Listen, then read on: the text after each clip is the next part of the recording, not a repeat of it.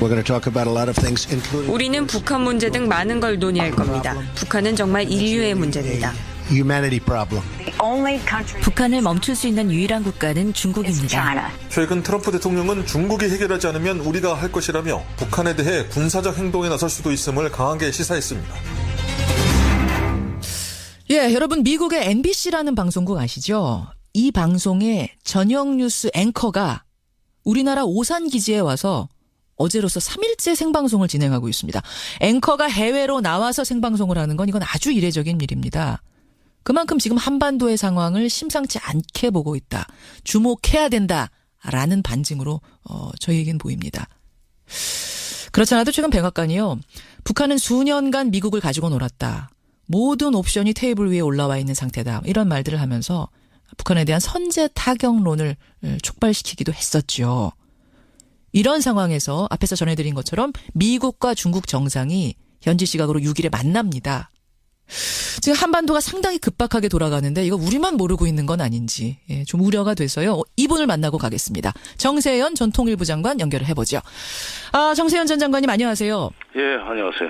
어제 제가 이 시각 생방송 들어오기 직전에 북한이 발사체 발포했다는 속보가 나와서 깜짝 놀라면서 들어왔거든요. 예. 이것도 일종의 무력 시위죠? 그렇죠. 예. 아니 미국하고 중국이 정상회담하는데 왜 북한이 무력 시위합니까?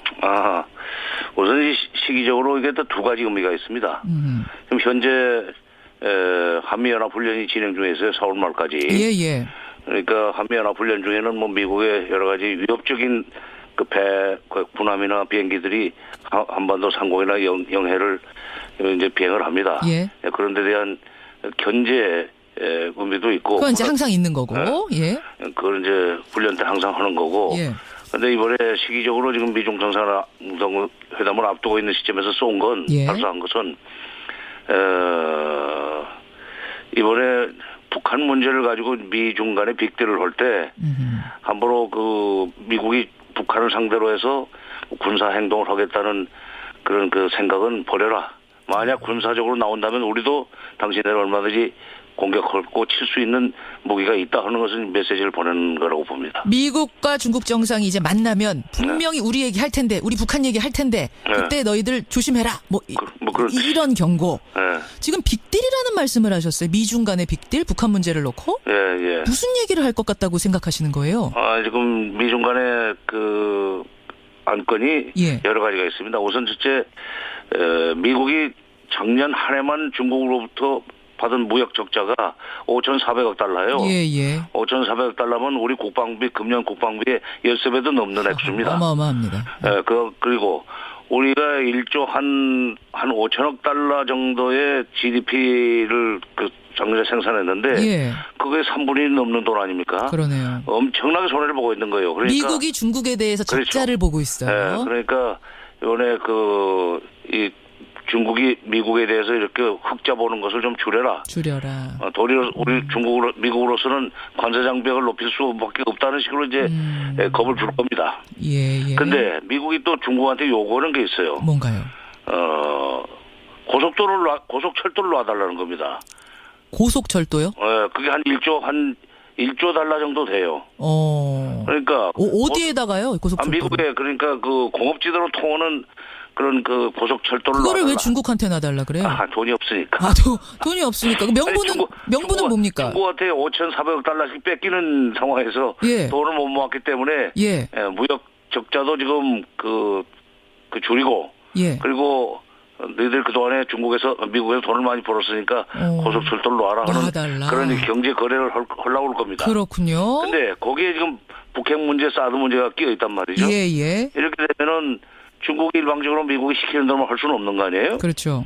그렇게 되면은 중국이 미국에 몇 가지 요구를 들어주면서 중국을 군사적으로 압박하는 사드 이것은 좀 미국이 입장을 좀 다시 조정하라 하는 식의 얘기를 할 가능성이 있기 때문에 제가 빅딜 가능성이 있다고 얘기를 한 거죠. 우리가 경제적으로 중국은 내놓기만 하고 미국은 아무것도 안 주고 거래를 할 수 있습니까?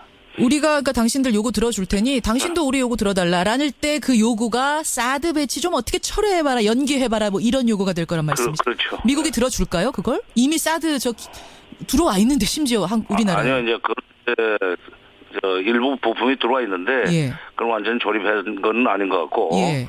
그다음에 조립을 해도 운용 시점이 문제가 있습니다. 어허. 바로 이제 가동이죠, 가동. 그렇죠. 가동을 연기할 수도 있고 뭐 그런 문제가 이번에 논의가 되지 않겠는가. 그러다 보면 미국이 중국으로부터 챙겨야 될 것이 많거든요. 예, 예. 그러면 중국한테도 뭔가 선물을 줘야 될 거 아니에요. 줄 거라고 보세요? 안 주고 안 되죠. 그 그게 상호주의로 하는 거지 협상을 일방적으로 못 됩니까? 그 경제에 대한 협상 카드로 사드가 나갈 수 있다라고 보시는 거군요. 예. 그랬으면 좋겠다는 희망도 있고. 희망도 예. 섞여 있고. 아니, 이거 우리 문제니까. 근데 예. 사실 요즘 이제 북한을 향한 미국의 발언을 보면 쉽게 그 문제를 양보할 것 같지 않다는 생각도 들어요. 뭐냐면 지난 3월에 틸러슨 국무장관이 방한했을 때 이런 얘기했습니다. 전략적 인내는 끝났다.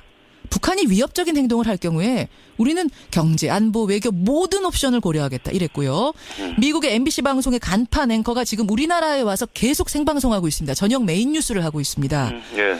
이 사람이 이제 외국 가가지고 이렇게 생방송하는 건 뭐 이라크전 같은 큰 일이 터졌을 때 이런 게 터졌을 때 가서 하는 거거든요. 예. 그러니까 진짜 미국이 지금 뭐 북한 선제 타격까지 생각하고 있는 거 아니냐, 어떤 군사적인 충돌까지 생각하고 있는 거 아니냐, 트럼프가 이런 예측을 하게 됩니다. 지금 해외에선 하고 있고요.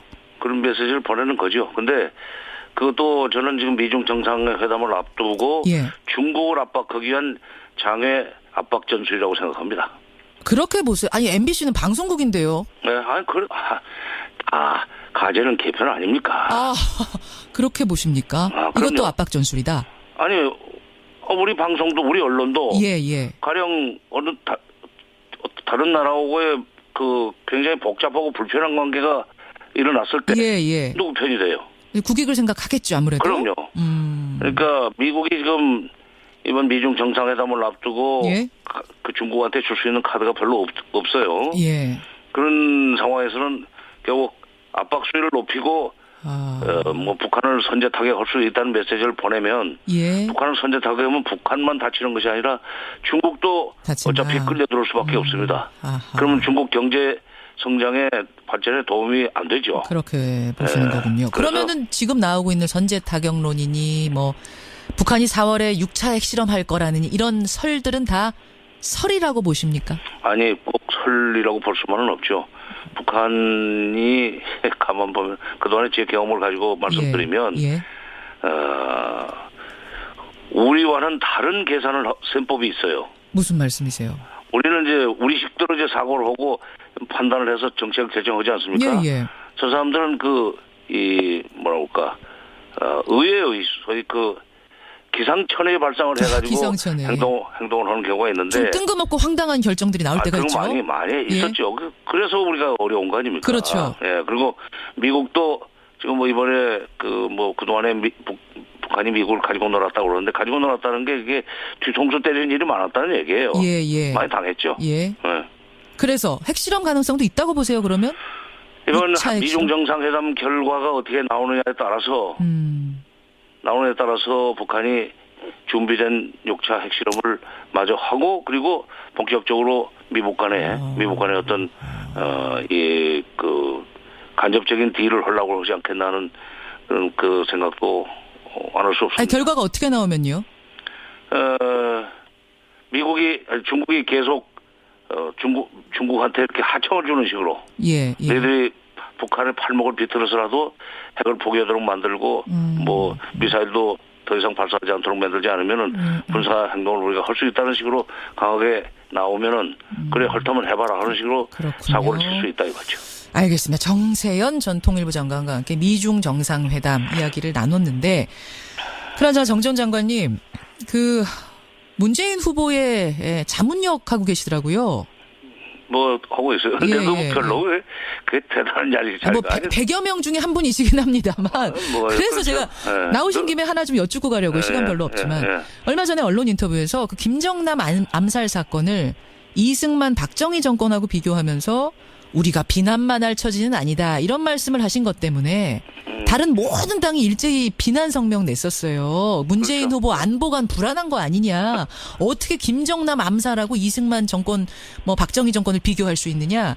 지금 이 안보관 논쟁으로 이어졌는데 당사자가 나오신 김에 이거 답 한번 주시죠.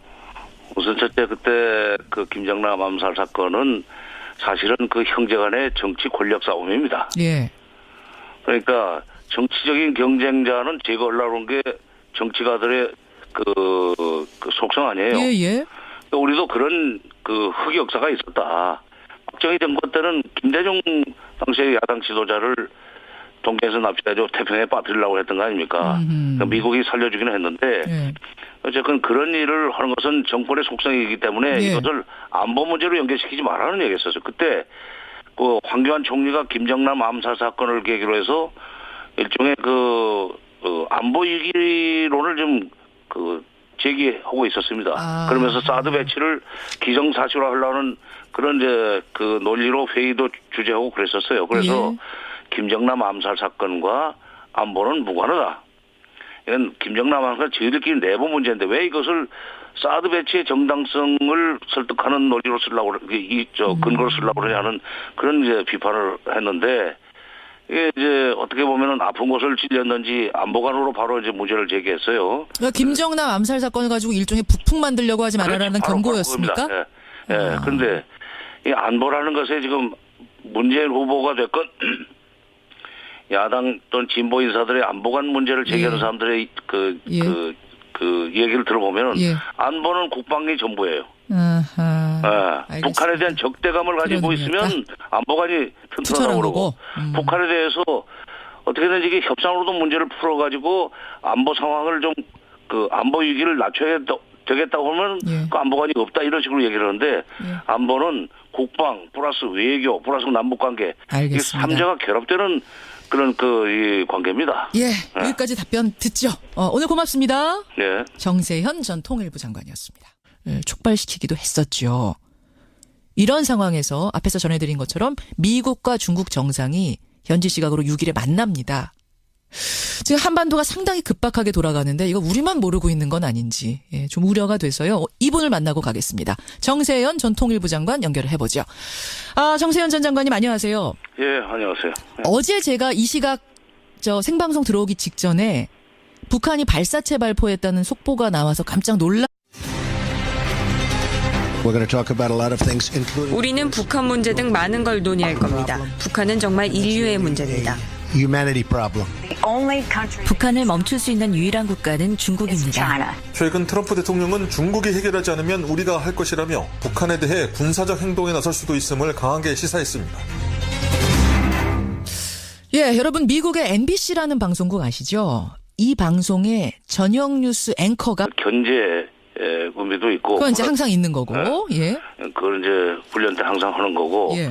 근데 이번에 시기적으로 지금 미중 정상회담을 앞두고 있는 시점에서 쏜 건, 발사한 것은, 이번에 북한 문제를 가지고 미중 간에 빅딜을 할 때, 함부로 미국이 북한을 상대로 해서 군사 행동을 하겠다는 그런 생각은 버려라. 만약 군사적으로 하면서 들어왔거든요. 예. 이것도 일종의 무력 시위죠? 그렇죠. 예. 아니 미국하고 중국이 정상회담하는데 왜 북한이 무력 시위합니까? 우선 시기적으로 이게 또 두 가지 의미가 있습니다. 지금 현재 한미연합훈련이 진행 중에 있어요. 4월 말까지. 예. 그러니까 한미연합훈련 중에는 미국의 여러 가지 위협적인 군함이나 비행기들이 한반도 상공이나 영해를 이제 비행을 합니다. 예. 그런 데 대한 우리나라 오산 기지에 와서 어제로서 3일째 생방송을 진행하고 있습니다. 앵커가 해외로 나와서 생방송을 하는 건 이건 아주 이례적인 일입니다. 그만큼 지금 한반도의 상황을 심상치 않게 보고 있다. 주목해야 된다라는 반증으로 저희에겐 보입니다. 그렇지 않아도 최근 백악관이요. 북한은 수년간 미국을 가지고 놀았다. 모든 옵션이 테이블 위에 올라와 있는 상태다. 이런 말들을 하면서 북한에 대한 선제 타격론을